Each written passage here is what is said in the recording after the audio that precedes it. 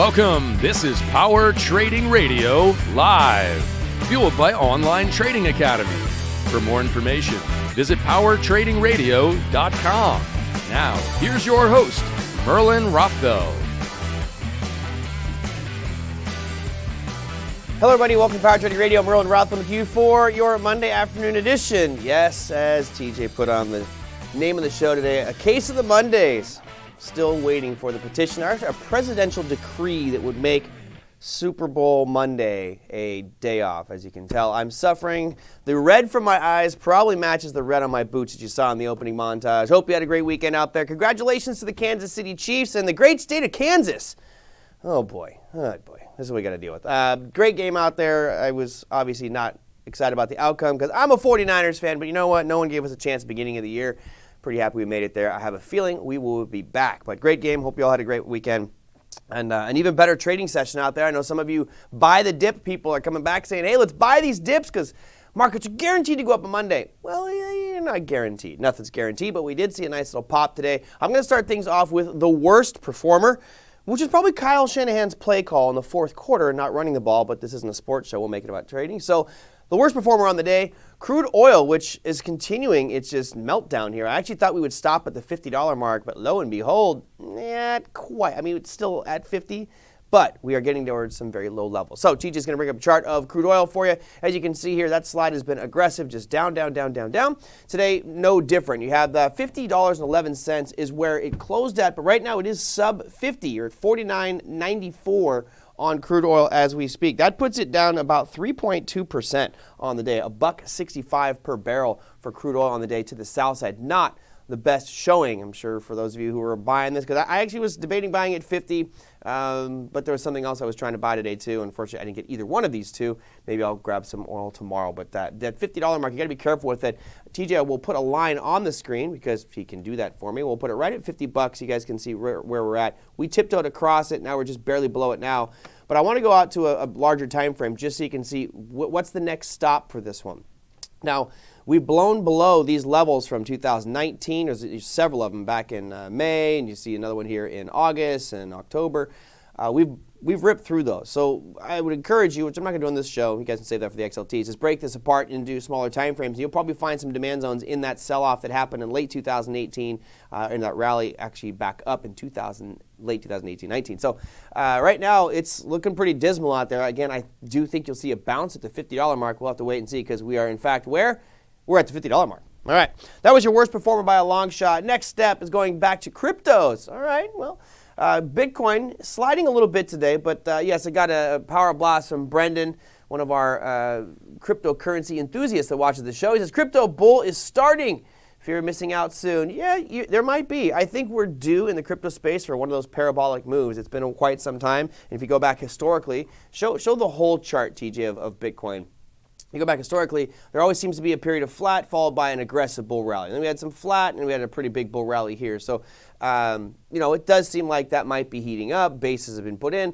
But right now, you're looking at a down day for the last 24 hours on Bitcoin to the tune of 1.25%, closing at $9,269.80 per Bitcoin. That was number 6 on the day. And I agree with you, Brendan. I think we're seeing a bull market showing up in some of the cryptos, not all of them. All right, let's go back to Click and check out the gold futures. 1581 is where the gold futures closed today, and that's where we're at right now as we speak. A nice breakout here. This is on a weekly time frame, so let's go back down into that daily just so we get the smaller time frame perspective. So you'll notice that there's been this nice steady climb for the better part of three weeks now. Coming back into those highs from January will be the challenge. If we get above that, I think you got some smooth sailing. I know many of you were looking at that $1,700 mark as a target for gold this year. I am on board that train for sure. I think we're going to get that $1,700. I'll zoom out a little bit so you guys can see that reference, and then we'll talk about maybe the target there. Okay, zoom out more, TJ, because we got to go way back. There you go. You've got this little obstacle. It's right around 1612, which is where we stopped, 4 weeks ago. We hit this high, came right back down. That will be the next challenge. But after that, you'll notice there's a pretty quick jump up to 1675, which I think will probably be your next challenge by Well, hopefully by the end of the year. I think we'll get way sooner than the end of the year. But anyway, that's your number 5 performer was gold. Number 4 brings us to the 10-year Treasury yield, which is pretty much unchanged on the day. So TJ will bring up that ZN futures contract. Not a lot going on there. 1.52 is where we are at. Again, you can see that on the weekly, this thing has really spiked up, and that brought it well above that trend line, which let's just get rid of it. Trend line is no longer relevant in this case. But again, unchanged on the day with regards to yields at 1.52. Pretty attractive when we look at the historical numbers. 1.5 is a very, very low number for that 10-year yield. Not saying it's going to go negative, but it's creeping. It was up at 1.87 just a couple of weeks ago, as you can tell by the rally here in the bond futures. All right, that was number 4. Number 3 brings us to the S&P 500. Here is your ES. We have some interesting statistics about the S&P today. You can see, obviously, the big sell-off we had last week on Friday. And then you have it really, really rallied today, tried to get its feet back underneath it, gave back a lot of its gains, but still ended up with a nice positive number to the tune of 0.73% on the day for the S&P. That brought it to 3,248. Right now you're at 3,245. My guess is Google is having an impact on this one in the after-hours session. Bring it down just a little bit, but I'll show you what happened with Google's earnings announcement here in just a second. So there you go. That is your bronze medal? That was number 3. Bronze medal. All right, Russell 2000 would be your silver medalist on the day. Russell posting an impressive 1.12%. Still got a ways to go to regain those losses from Friday's session, but all in all, not too bad for the Russell. Russell finishing at 1,632. It's down 2 points in your after-hours session right now. Again, a gain of 1.12%. And the leader by a long shot. Thank you to one company in particular that had an unbelievable day. I'm sure Ruben is in here. Ruben, are you there somewhere? I'm sure Ruben is loving this right now because Tesla, you talk about nuts. Just ballistic today. Tesla through the roof, guys. I mean, I think it almost hit 800. I'll show you a chart here in a second. But obviously, Tesla is a member of the NASDAQ 100, and it certainly helped it up today when you look at Tesla jumping almost 25%. So 9,100 is where we see the NASDAQ 100 futures contract. Still, like the other indexes, did not recoup all of the losses from Friday's session, but all in all, a nice day. NASDAQ Composite was up 1.34%, bringing it to 9,273. And that, my friends, is your top 7 markets out there. Hopefully some of those put some green into your pocket on the day. Okay, 2 other things, 2 charts, and I'm going to go into a bunch of different things. Just for those that are expecting to see Gabe. Gabe can't make it on the show today, so you have myself, who was just drained from an incredible football game. I will do the whole show and go through listener questions. The good news, I've got a few of them to go through, so it'll be a me show. You can call me Mr. Smith. It was Mr. Smith, right, TJ? He was always calling Mr. Anderson, but I'll go with Mr. Smith. Let's go look at, I want to look at Google, because I think this is going to be the impact. Oh, actually, let's do Tesla first. Sorry, I'm jumping all over the place. Let's do Tesla first, if you wouldn't mind, TJ. All right, we can bring up Tesla over there. TSLA. So Tesla on the day, you guys, this run that it's been on has been incredible. I was actually looking at buying some puts today. I just think you're just so extended on this one. However, the puts are extremely expensive right now, so I moved away from it. That's not a weekly chart, guys. That's a daily. Should blow your mind just looking at this one. You go back into January or May. Was it May of last year? Yeah, May of last year, Tesla was trading down at the 180 mark. 176 was its low from back in 2019. 19. We're not even talking a full year. We're talking, 8 months. Today was a huge day for Tesla. Brought it all the way up to an intraday high. It peaked today at 786.14 cents. So 800 is that next logical stop. Obviously, I could pull up a weekly or monthly chart here to see where it's hitting its head on. There isn't. Maybe for selling spreads, but I don't do spreads, unfortunately. It's above my pay grade. I like simplicity. So I was just looking at it, just going to do a long shot at something way out of the money, because I have a feeling you're going to see this thing really give back some of these gains. But anyway, Tesla was a big reason why you saw the NASDAQ take the lead today, where the reason I think you're going to see a little bit of struggle tomorrow, Tesla's only in the NASDAQ 100. Google is actually in the S&P 500 as well as the NASDAQ 100. So let's take a peek at that one, TJ, because Google came out with earnings after hours. There's 2 different securities there as well. There's GOOG and GOOGL. Of course, I always say Google. It's not that. It's actually Alphabet. Let's be fair.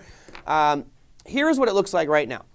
So this is a daily chart. You guys can see I've mapped out these horizontal blue lines reflect where it's at right now as we speak.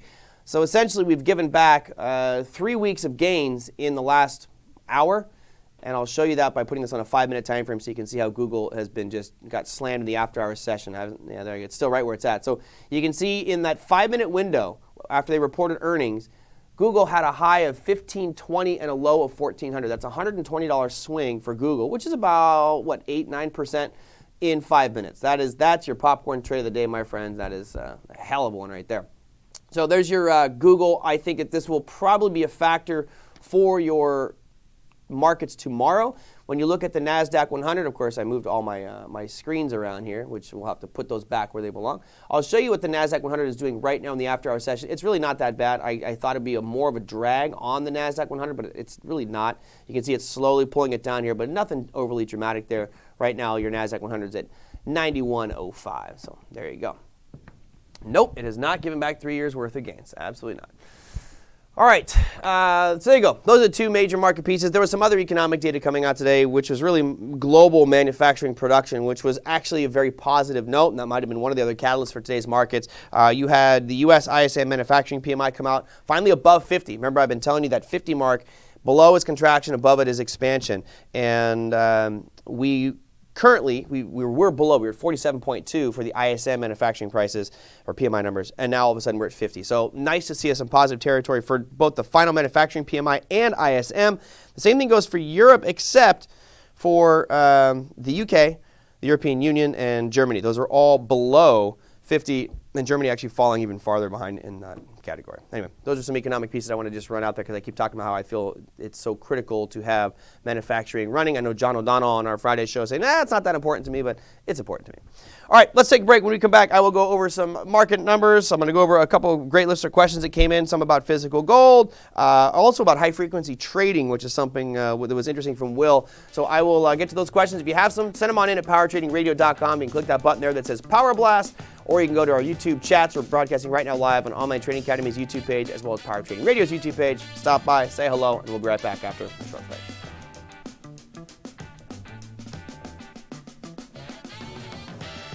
What if you knew the income strategies professional investors used?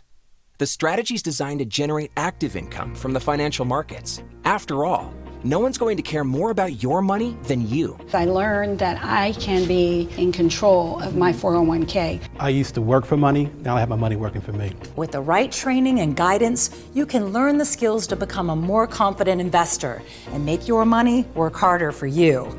Want to find out what's possible for you? You can, as long as you're willing to take the first step and call OTA today.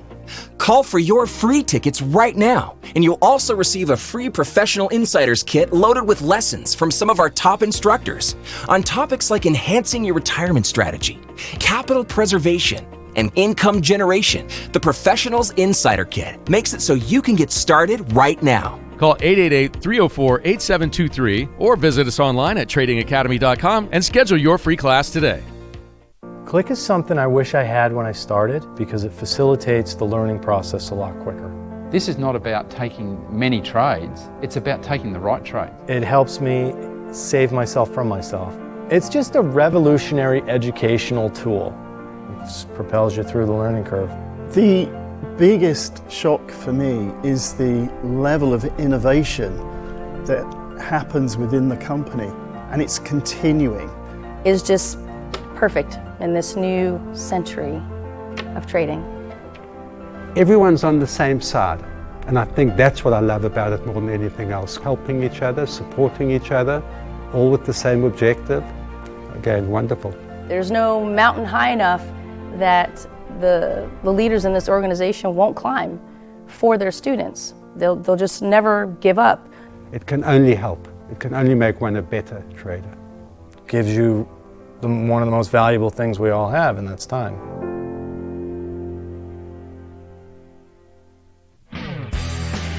Welcome back to Power Trading Radio Live with your host, Merlin Rothfeld, and today's special guest. Hello, everybody. Welcome back to Power Trading Radio. It is your Monday edition, the post-Super Bowl. So all you baseball fans can get excited because something else is going to start. For those of us who are football fans, now begins the several month of despair. as we wait for the football season to start up again. One of the things we talk about, well, regularly on this program, because it happens multiple times per year, is market mantras. And we just finished the month of January. So I thought, you know what? Let's revisit one market mantra, which we looked at last year, and that is, as goes January, so goes the rest of the year. Now, of course, if you're looking at the market, and when we say market, I'm referring to the S&P 500. Yes, you could say the Dow, which was up, down 1.4% for January. You could say the NASDAQ, which is up 2.18%, or the S&P, which is down 0.56% for the month of January. Normally, the calculation that was done by, it's the guy who created, the name just totally drew out like Hirsch, not Jeffrey Hirsch. I think it's Irving Hirsch or Irv Hirsch, who started Trader's Almanac, which is one of the best gifts you can get someone who's a trader. If you know someone who's a trader, buy them the Trader's Almanac or Commodity Trader's Almanac, just packed with great tidbits and facts about the market. Going back to when he started doing the so goes January, so goes the rest of the year, there was a pattern, and it emerged, right? And we had last year, we had a great January, we had a great year. I could probably go back and recant some of the other years, but this one, all of a sudden, we had a negative one. So I'm curious if anybody even believes those mantras out there. I, for one, believe the statistics. And while I don't particularly care if as goes January, so goes the rest of the year, I don't know if there's any mathematical part to it or scientific piece whatsoever, but I am a fan of statistics. And I brought this one up today. This is called the January Barometer, and it just kind of shows you the efficacy. I mean, it's 69%. If I have 69% chance of playing a game in Vegas and there's 69% chance odds in my favor, I will take that bet. I am absolutely going to take that bet. Of course, one of the great things for us is we have stop losses. We can actually put something in there and have, markets not damage us. So 69% of the time, if January is an up year, the market's going to be up. There you go. So, all right, I'm buying it. I don't know why, but the number's there. I'll take that 69% bet. So we have a down market, and that's basically saying that there is a 69% chance we're going to have a down market for the rest of the year. There we go. The other one, which I thought was actually pretty good, is the Super Bowl indicator. So if you follow the Online Trading Academy Facebook page, and I think they actually put it on their Twitter as well, they posted an interesting one, which I've always liked this one. Of course, we get the Super Bowl every year. And it was done by, Leonard Kopet back in 1970-something. And his thing was, he did an analysis, and he said, when the AFC team wins, the markets usually go down, and when the NFC team wins, markets usually go up. Now, unfortunately, the NFC lost last night, which would have given us market gains for the year. Kansas City won, which would portray it to the downside. Now, again, this goes back to just numbers. It works about 75% of the time. So I've got two weird voodoo type of market pieces, both saying markets could go down. And of course, I know we got one person in the room, or it's just going to go, who cares? Doesn't make a difference. But I find it interesting to look at some of these because I'm a market guy. I like to look at the history, the trends, the patterns, and I got more shorts on. I added some short positions on. So we'll see. I'll put my money where my mouth is. I know we've got some perma bulls in the room. I'm not a perma bear, but I'm bearish right now. All right, let's go. Mountain markets. Question from Merlin and friends. Active day trading. How do you balance jumping on opportunity quickly when it presents itself versus overtrading? Great question. I've mentioned this so many times in the past where you guys have heard me talk about my trading style back in the late 90s, which was like just straight machine gunning the market, just shooting at anything that would move, which I come to find out was very stupid. It only benefited the person who was running the trading floor. So how do you balance it? Number one, you should give yourself a limited number of transactions, right? So I like the gun analogy. I went from the machine gun analogy where I was just shooting anything in the market, any trade, just look at it, pull up, buy 1,000 shares, short 1,000 shares, who cares? I went from that to giving myself a limited number per day. And now I'm at a point where I won't do, I set the number of 20, but I don't even get anywhere close to that anymore because I'm doing more content development and I try not to immerse myself on the day trading basis. Sometimes I do. But let's say you give yourself 6 trades in a day, right? That might be an extreme amount for a lot of you out there. But let's say you have 6 trades that you can make per day and you cannot make 7. You're going to be more selective in those trades that you take. You'll be a little bit more precise about your entries, your exits, your targets, because you can't sit there and make a bunch of trades. So what was the gentleman out there who just said that one in there?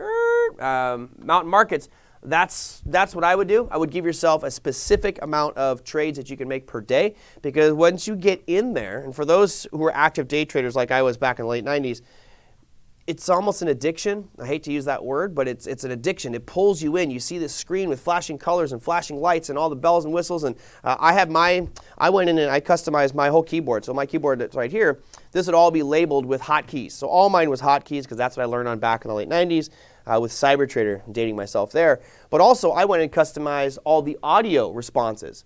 So when I would get a partial fill, I would say, oh, he got some. Did I say, oh, he got some? I forgot what it was. But there's a great line from Caddyshack where Bill Murray's doing the Cinderella story. Yeah, oh, he got all of that one. So when I get my orders filled, it would say, oh, he got all of that one. All my cancels, everything was audio. So it was like being in Vegas, honestly. There's just all this noise and stuff coming from my machine, and it was kind of an addiction. It pulled me in. You have to avoid that. Don't get pulled in. So give yourself a specific number of trades out there. All right. Let's see. Mountain, combining with other markets.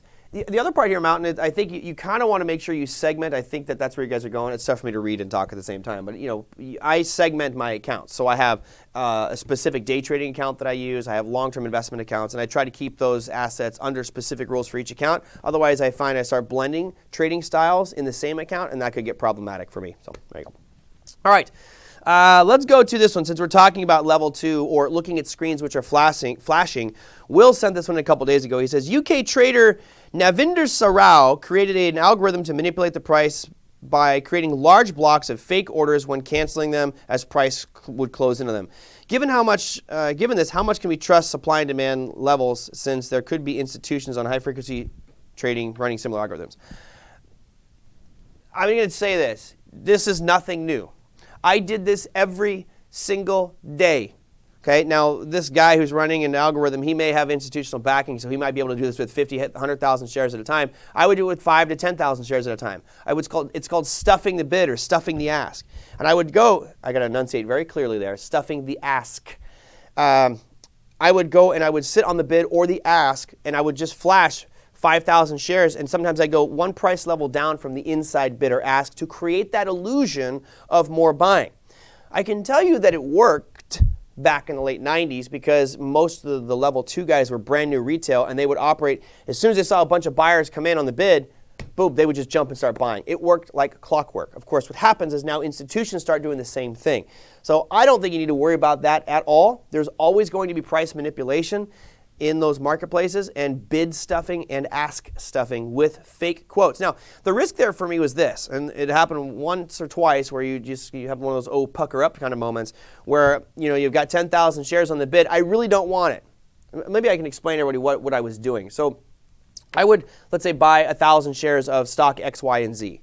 And as soon as I would buy that share, 1,000 shares of XYZ, I'm trying to create the illusion that more buyers are lining up because people look at that level 2 as supply and demand. It's not. Level 2 is bogus information at this point in time. Yet there's a school in New York which will teach you how to read level 2 like Goldman Sachs, and I'm telling you, you can't do it because it's all bluffing and stuffing the deck right there. Anyway, we used to be able to go out there and I would flash on the inside bid, which is where all the buyers line up, and I'd go one below them or maybe even stay at the inside bid and put out a big block of shares. I will tell you, it was all fun and games until somebody in one split second filled my entire 10,000 share order, and now I'm long 11,000 shares. And I assure you that the person that filled me was an institution because it filled all the 10,000 at once. It was probably a market maker going, I see what you're doing. I'm watching you. I can see what you're doing in the stock. And he just went, bam, I'm taking this 10,000 share blocks. He probably shorted, right? So he shorted to me. I was looking to buy. There's a transaction. And then what did he do? He just kept on selling and selling and selling because he had a lot more resources than me. So what it ended up doing is pushing that market down as I'm holding 11,000 shares long, and all of a sudden you start to go into panic mode, and what do I have to do to get out of my long position? I can either hold on to it, but I don't know how long this avalanche of selling is going to continue on, so what do I have to do? I hit the market sell button. I unload. And of course, that's when markets start to turn around. So I've been burned on that. This guy who's got an algorithm that says he's stuffing the deck out there with fake bids, he can do that. But he's also vulnerable because should a market maker or an institution or somebody with a lot of money go out there and hit him with a big block of shares, he can't get out in time. I could take out the top 5 levels of level 2 with one big order. So it's a dangerous game to play. It happens every single day. I promise you, in every asset class, people are stuffing the deck trying to give the illusion of more buyers and sellers. It is what it is, right? It's kind of like saying, I've got people that are driving down the road on their cell phones. It's dangerous. Should I stop driving? No. You're going to continue doing what you're doing. Just be aware of it. As a short-term intraday day trader, it's almost dangerous to pay too much attention to that level 2 screen because of the bluffing and manipulation that goes on in there. All right. Let me take a quick break here so I can read through some of the conversation because I'm falling behind and you guys are writing a lot of stuff in there, so I want to make sure I get to it. So, Will, thank you for that question. When we come back, I will go into, what's the other one I want to get to? Well, I guess I got a few of them to go to. I don't know. I'll figure out some of the questions here. Maybe if you guys have some more, send them on in at powertradingradio.com or on our YouTube channels on Online Trading Academy or Power Trading Radio. We'll be right back after a short break.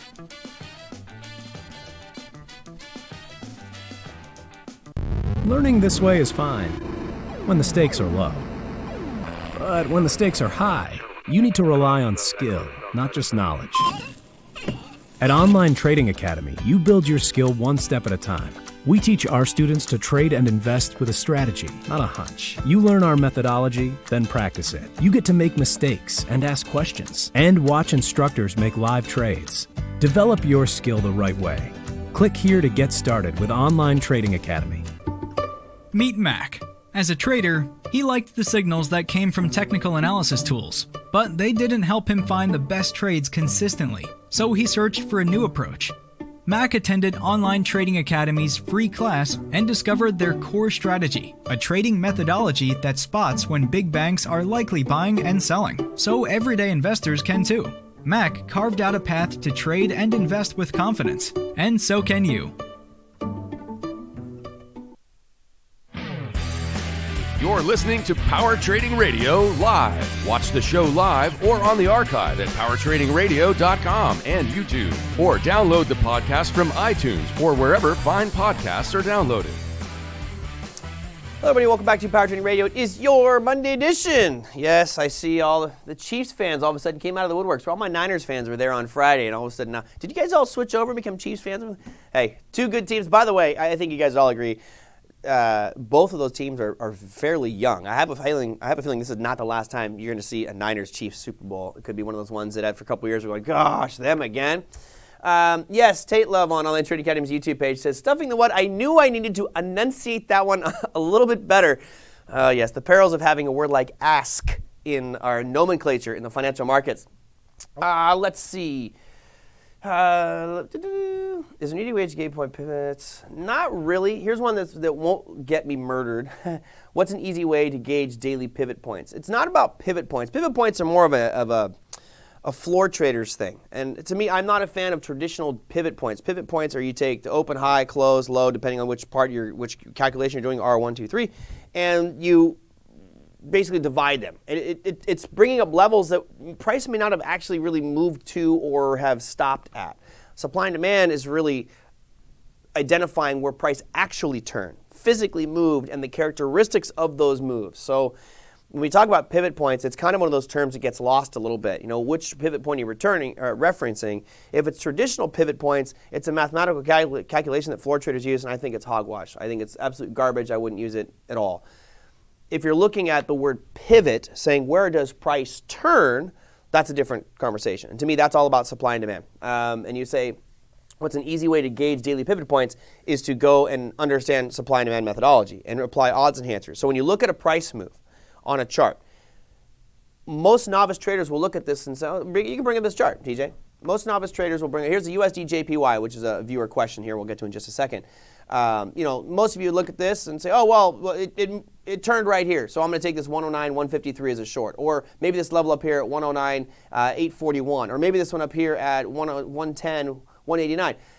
You could pick any point arbitrarily and say, okay, I'm going to sell if it gets to those levels. But when I look at those three, there's a better one, right? There's a best zone in here, and it has to do with the way the zone formed. And if you know odds enhancers, which is a checklist of items, it's the basic one is 10, but there's other ones you can add in too, depending on your asset classes.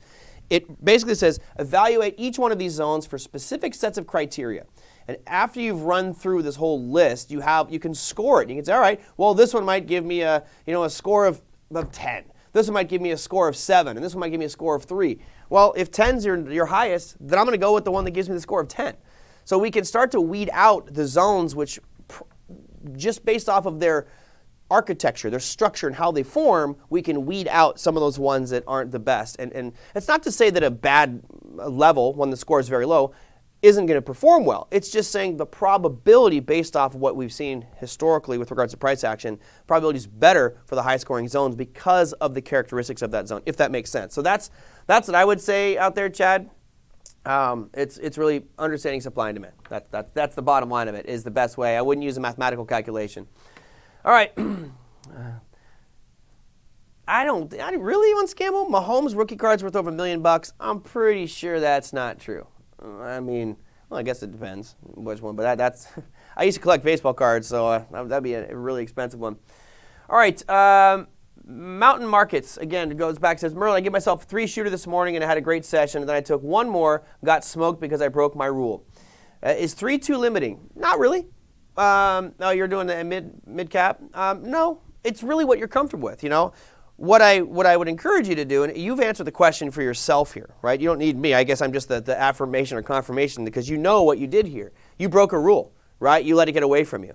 So to me, it's saying I know that I've got, if you're taking 3 trades, okay, I take my first one, hit my target, got a nice gain. Number 2, I hit a nice gain. Third one, you said you took 3 and then you took an extra one. So that fourth one, you violated a rule, and my concern is that what happens there is you could have 3 winning trades, and that one losing trade erases all of those gains. That's the problem, right? The problem isn't that you took 3 trades or 4 trades or 10 trades or 100 trades. It's you let one of them erase everything, or a majority of it. I don't know the exact numbers here, but you do. So this has been something that I was victim of so many times in the past. I know viewers out here right now know this one as well. Oh, his 1-1 card. Okay, maybe that's true. When you have a run going, and I've had days where, you go back to late 90s when I was just high speed doing tons of day trading. I'd make $4,000 on Monday, $3,000 on Tuesday, $1,000 on Wednesday, $1,000 on Thursday. So here I'm at $9,000 for the week, right? I'm thinking this is going to be a hell of a week. And then all of a sudden Friday I lose $10,000. And you're going, wait a minute. If I just practice simple money management, I should never have let that happen to me. I would never have erased it. And I mean, I had an absolute meltdown. I violated a bunch of my rules. So that's the real problem, right? In all of this and everything that we do, whether you're unscammable and on Power Trading Radio's YouTube channel, and he's a buy and hold guy, or you are somebody like myself who is going to be more shorter term and play the swings, or you're someone like Brendan who's into cryptos and commodities, or we've got everybody has their own personalities and traits of what they're looking for and how they act on it. Bottom line is you have to come up with specific sets of rules for your style of trading that you don't violate, because it's understanding that one loss could not only erase your gains, it could blow your account. So that's the only thing that really matters. You find out what works best for you. I found when I was trading 550 trades a day back in the late 90s that I was stressed out, man. I literally have vitiligo from, I think, high speed frequency trading, just doing my own HFT but all manual. So you got to find out what works best for you. If you find that 3 is a bit limiting, then maybe you can take 4 or 5. What you don't want to do is give yourself unlimited, because then you don't care anymore. You just trade for the sake of having something open, which is what I did as well. So yeah, 3, 4 trades, that's fine with me. Just it's up to you. Just make sure you don't let that one get away from you. All right, what was it? There was another one that came in here earlier on. Nick said, Merlin, awesome show yesterday. I think this is actually a couple days ago. Really cool to hear your story from the other side. Yeah, that was the day I was at home. Have a question about gold and how you got started in owning gold on the physical side. I know you have a few guests as well that might be able to reference me. It just became one of those things where I went, okay, I have $1,000 or $2,000. What am I going to do with this? Am I going to go put it in a bank account that's going to give me 0.01% interest for a checking account, 0.1% for a savings? Maybe I plop it in a CD and get, if I'm lucky, 2% by committing my money for X amount of time. Or can I look at the price of gold, the chart of gold, and say, you know what? I feel like this would be a point where I'm interested in holding this commodity for the long term. Now, I do both. I buy bullion, so the physical coins, because I actually like holding the physical coins. And I also do rare coins. So every now and again, I will scour, when gold really sells off, I'll look for something that is a rare coin. Some of these 1,800 coins or 1,700 coins, which have the scarcity value to it. If you buy just, an American Eagle or Cougar Rand right now, 2020, you're not getting any scarcity, right? It's just the melt value, or ingots or things like that. But the rare coins I like as well. It was just an interest, actually, probably 10 years ago. I started interviewing the guys at Rare Coin Wholesalers who were at a Traders Expo. And it was interesting because I have this belief system that most of the financial markets are corrupt, and most people in the financial markets are corrupt, and it just bothers me because who do you trust? And I'm at this Traders Expo, and I'm walking around all these gold coin vendors and just coin vendors, and all of them are saying, oh, gold's going up, gold's going up, gold's going up, and every one of them was a broken record. And I talked to this one guy, and it was awesome. I said, what are your thoughts on gold? He goes, right now? He goes, I'd sell it. He goes, I'd unload gold right now. Really? I've heard that from no one here. Why? And he gives me a whole list of reasons, and I was thinking the exact same thing. And I went, his name is Busby, Paul Busby from Rare Coin Wholesalers, who we've interviewed on the show. And he came on the program a bunch and brought in a bunch of gold coins and just really piqued my interest in saying, I have a physical thing that I know I can barter with, I can trade with, and that's how I got into it. I am by no means an expert in it, but I'm a market timer with that. If I feel like it's a good time to buy into it, I'll buy into it. I think we should all have exposure to commodities. My only one real regret is I was looking at buying some platinum and palladium coins, and I just decided not to, kept going with gold. So there you go. That's my story, and I'm sticking to it. All right, let's see. I noticed the clock here, and TJ's like, we got to stay on the clock today, so I'll stay on the clock. But I want to get to one more listener question here. Yeah, you can make that argument that Bitcoin is the best true money that is intangible. It's intangible, correct. My only concern there is you're one systemic failure away from a complete collapse. So should somebody happen to come up with a way to crack SHA-256 algorithm, which is the backbone of Bitcoin, then all of a sudden that house of cards instantly dissolves. Instantly. I mean, there'll be nobody wanting to buy any of it. So that's the only fear I have in that space. With gold, I can hold it. I can throw it at somebody, Please feel free to throw your gold at me. I'm happy to take that. Yeah, and Brendan, I'm a big fan of silver as well. Where was I going? There was a question that came in. I want to make sure I get to this one last one before we wrap up. This is from Gayer. Oh, you power blast it. He knows you power blast it. I'll get to that question. Gayer says, what do you think of USD JPY on a 15-minute chart? So TJ is going to bust this down to a 15-minute time frame for me, if you wouldn't mind, TJ. You've got some levels on here. This isn't going to be as precise. It's a little bit different than the other platform we're using. So we'll use 108.549 is where I need you to put that line, TJ. 549. All right, well, we're close enough for government work out there. Now let's throw another one on. And I want to go to a second number, which was 108.493. So 108.4, yeah, pretty tight. 108.493. Okay. So question is, what do I think of this trade? And I don't know why it stopped right there, but you guys can see it. It's okay. There's a problem in it for me, which is this line right here. You're basically you're taking into account this tail here that happened on this 15-minute time frame where it looks to be right around 8:45, 8:30 in the morning. So you're using that as your demand zone, but you're basically using your stop loss is right at the base of this move. I would actually, if it was me, I would change it, and my numbers would look something like that. I'd probably say 108.519 is my entry, 108.476 or somewhere in that ballpark would be more of a stop loss. And again, that's just really rough numbers, but I can't discount this really impressive move that happened for about 1 hour starting at 6:30 in the morning in the USD JPY, right? That's a pretty sharp move. Don't discount that one. I know you're going for the second retest, but to me, this always eats away a little bit at it. So that's my only 2 cents on it. It's not the strongest because of what happened here. This 8:30 to 8:45 level really just kind of chipped away at some of the strength of that zone, but there you go. There you go, Gayer. I wanted to make sure I got you in there. I know you paying attention. I don't know what your inverse narrative is, Chadsbury. I'm not sure what you want to talk about that, but yeah, I don't have an answer for you on that one. Okay, let me go one last one. I think we're good. Cool. So that's fine. So TJ, bring me up our economic calendar. We had it up there a second ago. We were going to take a break. We're going to go straight on through because I told TJ we're going to finish on time today. Economic calendar for Tuesday. Oh yes, Taco Tuesday will bring us a quiet day for the U.S. because we just have factory orders. For the euro, you're looking at PPI numbers. We have construction PMI for the British pound tomorrow, and the New Zealand dollar with employment change and unemployment rate. Moving on to your earnings calendar. It's not as exciting as it was today, but keep an eye on Google tomorrow. That will be a crazy one. Alphabet. I'm sorry for those of you who insist that I say the real company name. Chubb Limited, Statoil, Allergan, L3 Harris Technologies, Emerson, and then you got ConocoPhillips, Gilead Pharmaceutical, FISV, British Petroleum, and Disney reporting earnings tomorrow. That would be an interesting one to watch. Disney's had some fun times out there. Craig Wow will be our guest tomorrow. It says options trading. We're not going to talk options. Craig is the day trader guy. We had a couple good questions from you guys about shorter term day trading stuff.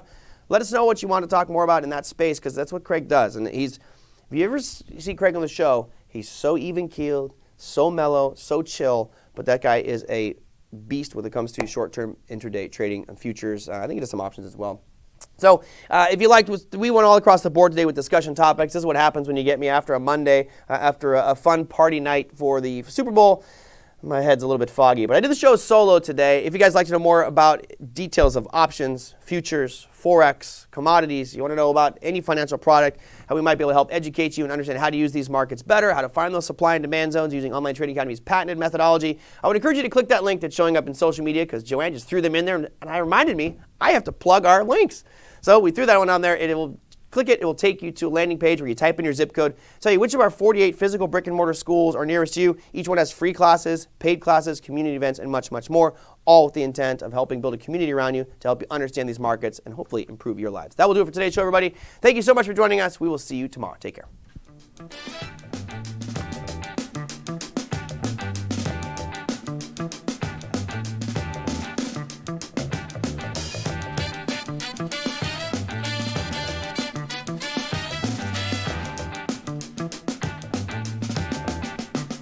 You're listening to Power Trading Radio live. Watch the show live or on the archive at powertradingradio.com and YouTube. Or download the podcast from iTunes or wherever fine podcasts are downloaded.